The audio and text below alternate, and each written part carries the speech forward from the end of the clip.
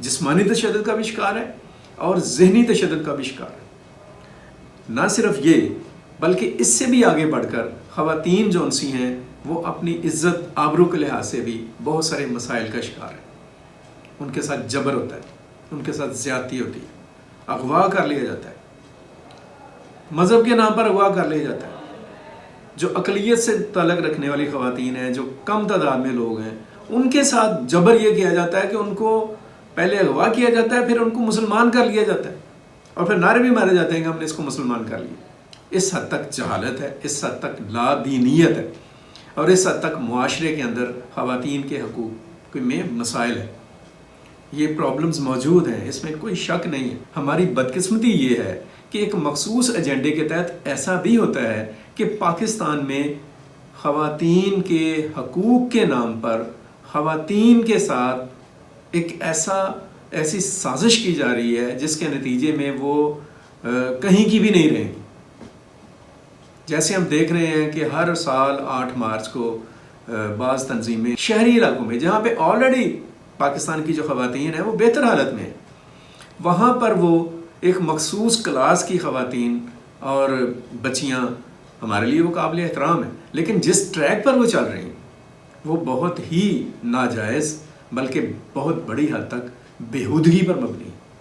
مثلا اس طرح کے نعرے کہ میرا جسم میری مرضی، اور اس طرح کی باتیں کہ وہ جسے کہہ لیں عورت کو ایک پروڈکٹ کی شکل میں پیش کرنے کی جو کوشش کرتی ہیں، یہ ٹھیک نہیں ہے۔ مرد ہونے کی حیثیت سے میں یہ سمجھتا ہوں کہ پاکستان کا معاشرہ ایک مردانہ غلبے کا شکار ہے، اور وہ غلبہ جو سا ہے وہ بہت ساری جگہوں پر انتہائی خوفناک ہے۔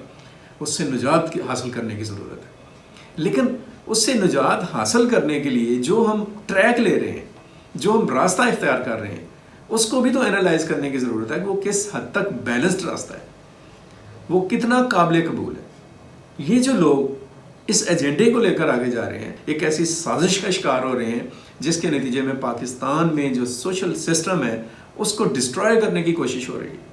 پاکستان میں جو ایک فیملی سٹرکچر ہے اس کو تباہ کرنے کی کوشش ہو رہی ہے۔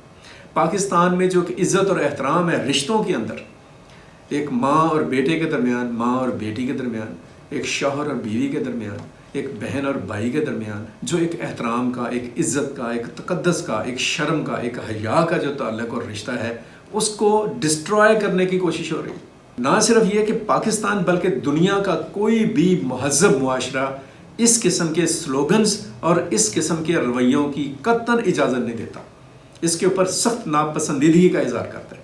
یہ بات بالکل ٹھیک ہے کہ ہم خواتین کی عزت بنانا چاہتے ہیں، لیکن کسی بھی قیمت پر کوئی ایسا رویہ اختیار نہیں کر سکتے ہیں جس سے خواتین کی عزت کی دھجیاں اٹھتی دکھائی دیں۔ اور بدقسمتی سے یہ جو اس طرح کے مارچ ہوتے ہیں اور اس طرح کے جو سلوگنز آتے ہیں اور اس طرح کا جو ایٹیچیوڈ شو کیا جاتا ہے، یہ نہ تو پاکستان کا ہے، نہ پاکستان کے مذہبی تعلیمات کا ہے۔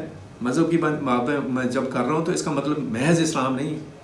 پاکستان میں جتنے بھی مذاہب ہیں، اسلام اور اسلام سے ہٹ کر ہندو مذہب ہے، سکھ مذہب ہے، کرسچنز ہیں، ان تمام کی اقدار میں کہیں بھی عورت کو بےہودگی کا پیغام نہیں دیا جاتا، عورت کو عزت دی جاتی ہے۔ تو اس چیز کو سوچنے کی ضرورت ہے، اس چیز کے اوپر غور کرنے کی ضرورت ہے۔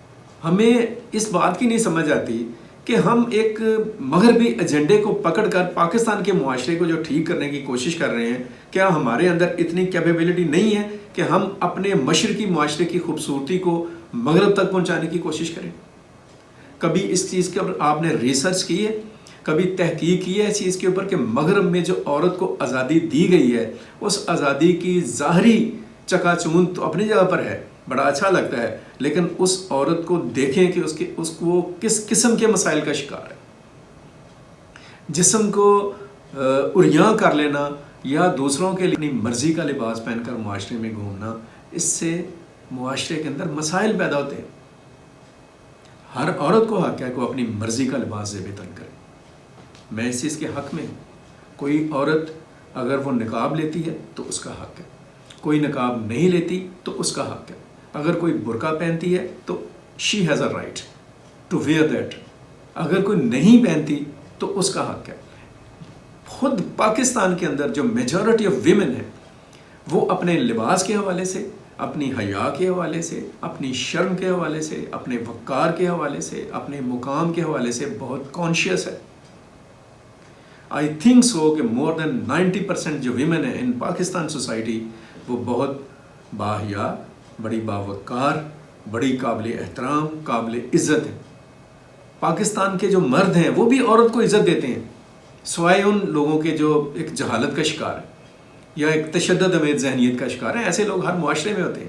عورت مارچ کے دن کے حوالے سے اور ورلڈ ویمن ڈے کے حوالے سے ضرورت ہے کہ پاکستان کے بیدار مغز حلقے، پاکستان کی اچھی سوچ کے حامل لوگ، پاکستان میں عورت کی عزت اور ناموس پر یقین رکھنے والے جو لوگ ہیں اور حلقے ہیں وہ ایک جگہ پر بیٹھیں، اس دن کے اوپر ڈیبیٹس ہوں، اس دن کے اوپر پرپوزلز آئیں، اس دن کے اوپر عملی طور پر ایسے اقدامات سامنے آئیں کہ پتہ چلے کہ پاکستان میں عورت نہ صرف محفوظ ہے بلکہ اپنے حقوق، اپنے فرائض اور اپنی ذمہ داریوں کے لحاظ سے آزاد بھی ہے۔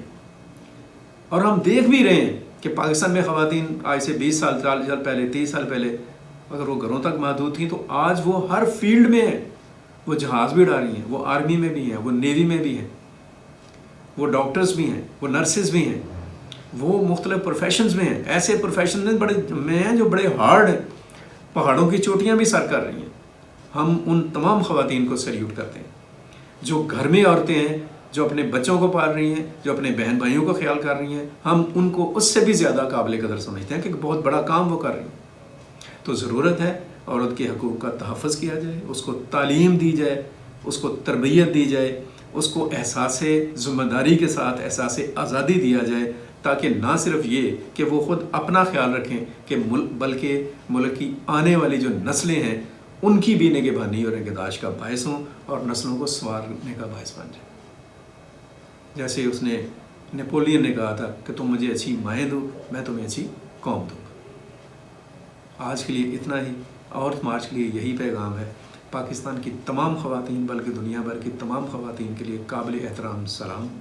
اپنا بہت سارا خیال رکھیں، پاکستان کے لیے پازیٹیو سوچیں اور پازیٹیو کرنے کی کوشش کرتے رہیں۔ اللہ حافظ۔ پاکستان زندہ باد۔